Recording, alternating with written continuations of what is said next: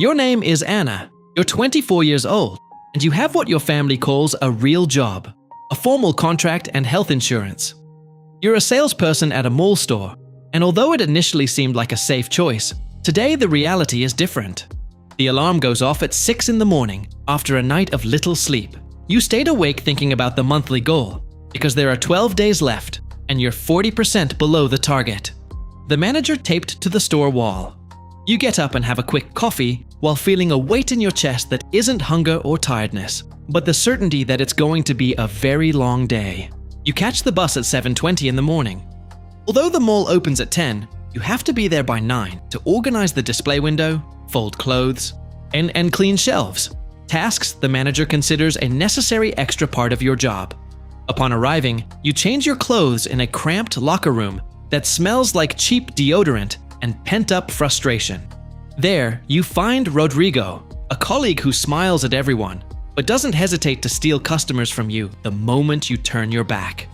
It doesn't matter if you greeted them first. If he closes the sale, he keeps the commission you haven't been able to earn in 3 months. At 9:40, Mauricio, the manager, arrives, and the atmosphere in the store changes instantly. He looks at the goal chart and, without saying good morning, berates you for your low numbers for the month. When you try to explain that customer traffic has been slow, he replies that those who want to sell do it, and that everything else is just childish excuses.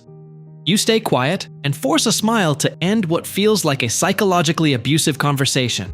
At 10, the doors open, and you take your position, uniform neat, wearing a mechanical smile, offering promotions to people who, for the most part, don't even look at you when they reply they're just browsing.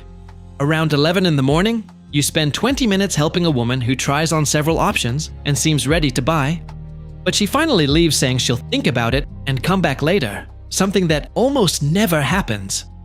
At noon, you have 40 minutes for lunch.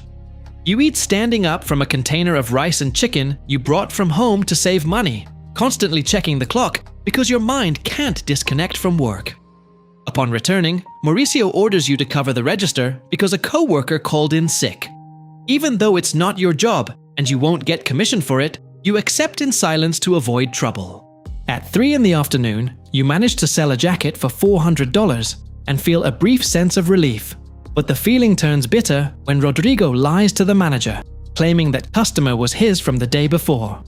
Mauricio believes him because his numbers are better than yours.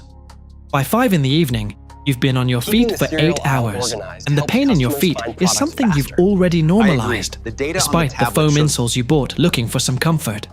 You smile at families with kids running through the store because you need to sell to pay your bills, which already exceed what you expect to receive in your salary. At the end of the day, Mauricio gathers everyone for what you internally call a group torture session. He prioritizes the sales ranking, and although he doesn't mention names, and everyone looks at those at the bottom of the list, like you, who have to explain why they're not meeting their goals. You stare at the floor, thinking that you wake up early, stand all day, do tasks that aren't your responsibility, and smile at people who ignore you. But still, it seems like you're the problem. You clock out at 7:30 at night, almost an hour after your shift ended, because you couldn't leave a customer halfway through. Those extra minutes won't be paid. On the bus ride home, packed because it's rush hour, you wonder if you'll be able to sleep before the next day arrives. You know tomorrow is Saturday, and while others rest or celebrate birthdays, you'll be in the store because the mall doesn't close on weekends or holidays. You've worked on Christmas, Easter, and even on your own birthday because the manager says days off are opportunities for those who really want to get ahead. Checking your paycheck, you see the commission barely covers the basics, and you remember the promise from the job interview about salaries that could double with effort, something that hasn't happened in the last 3 months. A day comes when you simply can't get out of bed. It's not laziness, but a deep guilt mixed with exhaustion that prevents you from moving as you stare at the ceiling.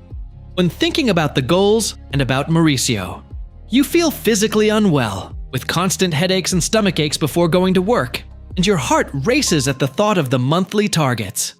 You've started crying in secret in the mall bathroom, fixing your makeup in front of the mirror to hide a tiredness that already shows on your face and that your friends and family have noticed. Finally, you decide to see a doctor. After listening to you without looking at sales charts, Psychiatrist mentions a word you had never applied to yourself: burnout. You understand then that what you're feeling isn't weakness or lack of effort, but the result of months of being overwhelmed and ignored. You leave the office with a prescription and a question that won't leave you alone.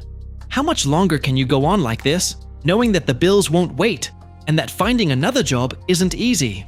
If you enjoyed this video, please subscribe, give us a like, and comment on what video you'd like to see next. See you.